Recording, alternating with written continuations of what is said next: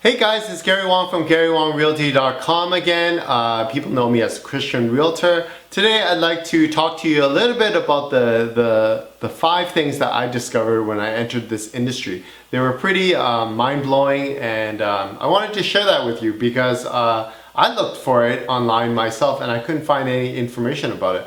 So I decided to talk about it. Well, the things I'm going to talk about a little bit a little bit taboo. People don't like to share about it. The things I'm going to talk about are the 5 tricks that I've seen that I've seen realtors play in this industry. I'm not obviously this isn't to generalize that all realtors do this. I've just seen some of these tricks, and then I just wanted you guys to be aware of it. And yeah, okay, let me start off with the first one. Overpricing. Number 1 is overpricing your listing. I've seen realtors try to get their goal was just to get as many listings as possible. They'll tell the seller they can sell their property for whatever price they want.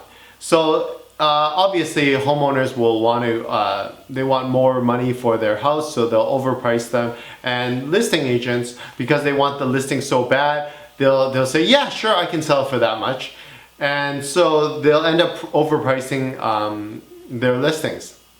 So why did they do this?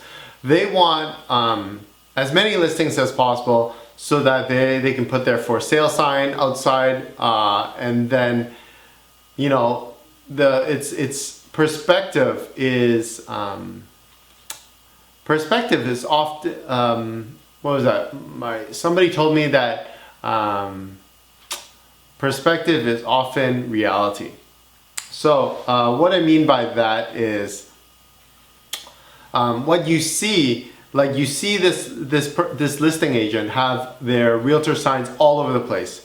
You immediately think that they're successful because they have listings all over the place, but you don't know how they got those listings. For example, if I went around and told people that, oh, I can sell your home for X amount, and it's like a ridiculous amount, people would be like, yeah, sure, it doesn't cost me anything to list with you, I only have to pay you when it sells, sure, I'll list it with you. And then so some realtors go around and do that, and then they have a bunch of listings, and they have this perceived they generate this perceived this perception that they're very successful when they just got the listings through this kind of technique or their kind of strategy, right? So just be aware of that.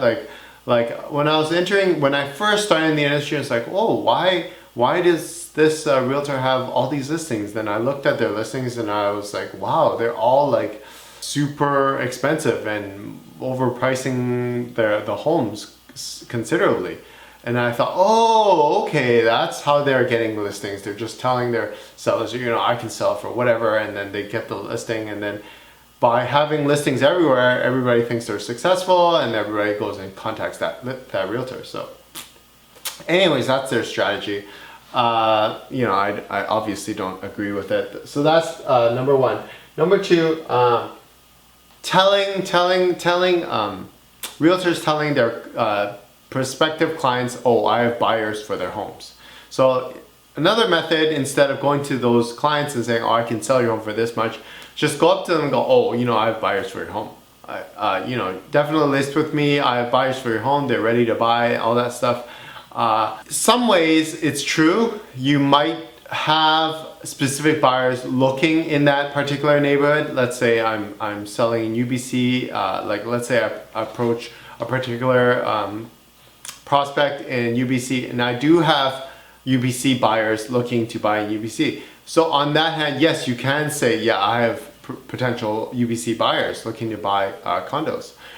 But a lot of realtors just make it up. They just say, yeah, I have buyers, no matter what. And then when you list it with them, they just go and then find buyers. Obviously, if they have the listings, it's very easy for them to find the buyers. They just, talk to their coworkers at the office, and there's bound to be a couple realtors in the office who have buyers looking in that neighborhood of your listing. So that's another trick that they use to get clients, get prospects to sign their listing with them. They just go, oh, I have connections with wealthy, influential buyers, overseas buyers. They're ready to buy, cash on hand. Well, everybody says that, right? And tons of realtors probably have like wealthy buyer connections, but do they have a wealthy buyer connection who's interested in buying your home? That's a different story, right? So, I don't know about that, but when I meet my clients, I don't say I have a buyer for your home. I can say I have buyers, but I don't say, yeah, I have a buyer who is interested in your home or who will buy your home. So it's kind of misleading. So I don't really like that trick. That's the second trick that I've seen. And then I talked to some of my coworkers who got into the industry around the same time I did, and they tell me about stories of fake offers, or fake multiple offers. They tell me of situations where they're in a multiple offer situation, or they tell me of a situation where they're representing the buyer and they're writing an offer on a listing. But the listing agent would say, oh yeah, we have multiple offers. But how can you prove that? Like, the listing agent isn't gonna show you the multiple offers, the other offers. You just have to take their word. And what does the buying agent do? Tell their client, oh yeah, we have multiple offers, we better jack up our price. So, I really, it's hard to catch people. It's hard to, if listing agents, like when listing agents do this, I'm not saying all of them do, like very few minority do this, but when they do this, it's hard to catch them, basically. It's hard to determine whether they're telling the truth or not. Obviously it's wrong. If you can catch them, yeah, they'll be in trouble by the real estate board, but the problem is, how are you going to prove it? How are you going to, so fake multiple offers, that's just that's unfortunately it happens sometimes in this industry. So just be careful that there are agents who just make up those kind of things. So the fourth thing is fake deposits. So this friend of mine, who's also a realtor, was telling me that she, let's say I'm listing your house for sale. It's a 3-month contract, and after 3 months, it's about to expire, and I couldn't sell the home. And you're like, Gary, a week left in our contract. I'm gonna cancel the house or take it off the market, or I'm gonna list it with somebody else. Good effort, but see you later in a week, right? So within the week, I come along and you go, oh, hey, Mr. or Mrs. Client, I got you an offer. But the problem is, what the tricky realtors do is they're like, oh, here's an offer. But actually, it's not a real offer. It's an offer written by their friend or their coworker or something like that. And here's the fake offer. And I take it to the client, and the client goes, oh, you have an offer. And I say, oh yeah, our contract's about to expire. Let's extend it so we can deal with this offer. So we extend it for another 3 months. But actually the offer was fake. And then I even brought a fake deposit in, and obviously because it's fake, it doesn't go through. But I've extended the contract for 3 months. So I've heard of this situation from my friend, from my multiple people happening, and it's like, wow, how do you compete with these tricky realtors who are doing that?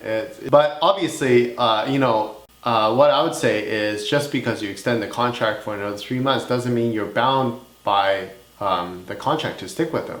You can cancel at any time. You can ask for an unconditional waiver, unconditional termination, something for you to be aware of, right? Just because you signed a paper doesn't mean you can't cancel it, right? If I list my friend's home for 3 months, and they like, after a month, they're like, Gary, you know, I don't want to sell it anymore. Sure, here's the cancellation form, sign it, and it's canceled. But I don't know, some realtors don't tell them that there's a cancellation clause, or they don't talk about, well, actually the listing contract says here, if you want to cancel, here are the steps. And so I usually explain all the clauses, but I don't know. The last thing, number 5, is representing the buyer and seller without explaining agency.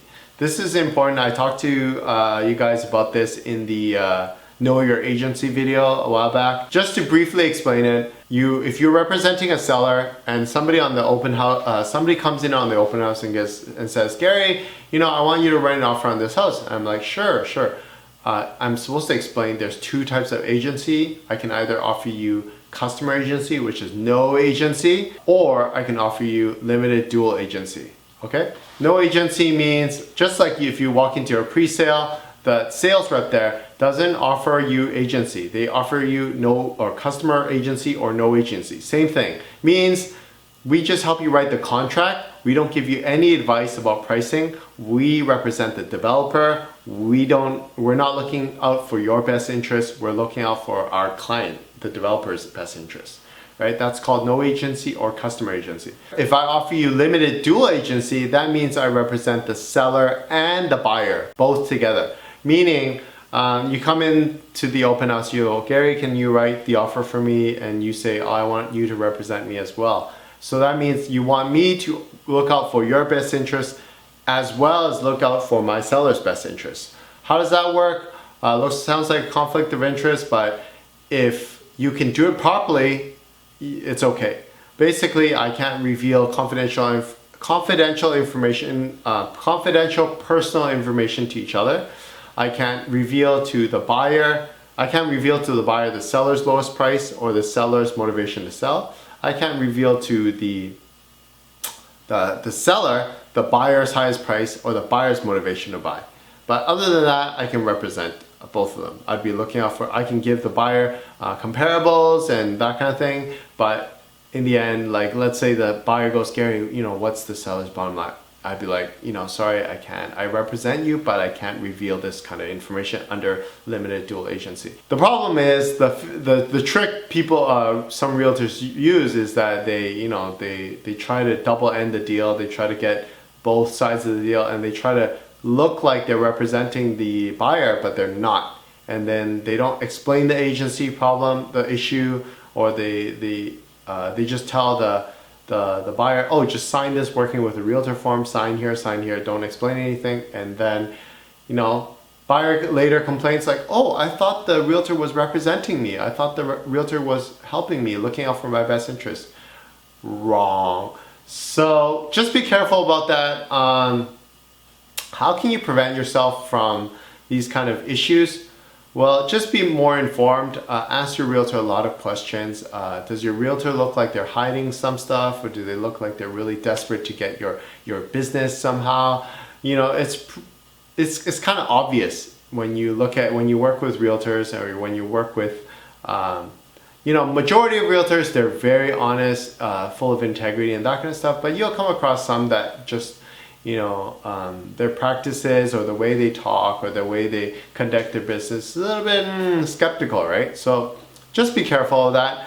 Once again, that was my video, 5 tricks that some shady realtors play. Obviously, once again, disclaimer, this is not a representation of the general majority. Obviously, this is a very tiny minority, but it does happen, and you should just be careful. It's Gary Wong from GaryWongRealty.com, and thanks for watching. Subscribe, comment below, and God bless, and have a great day.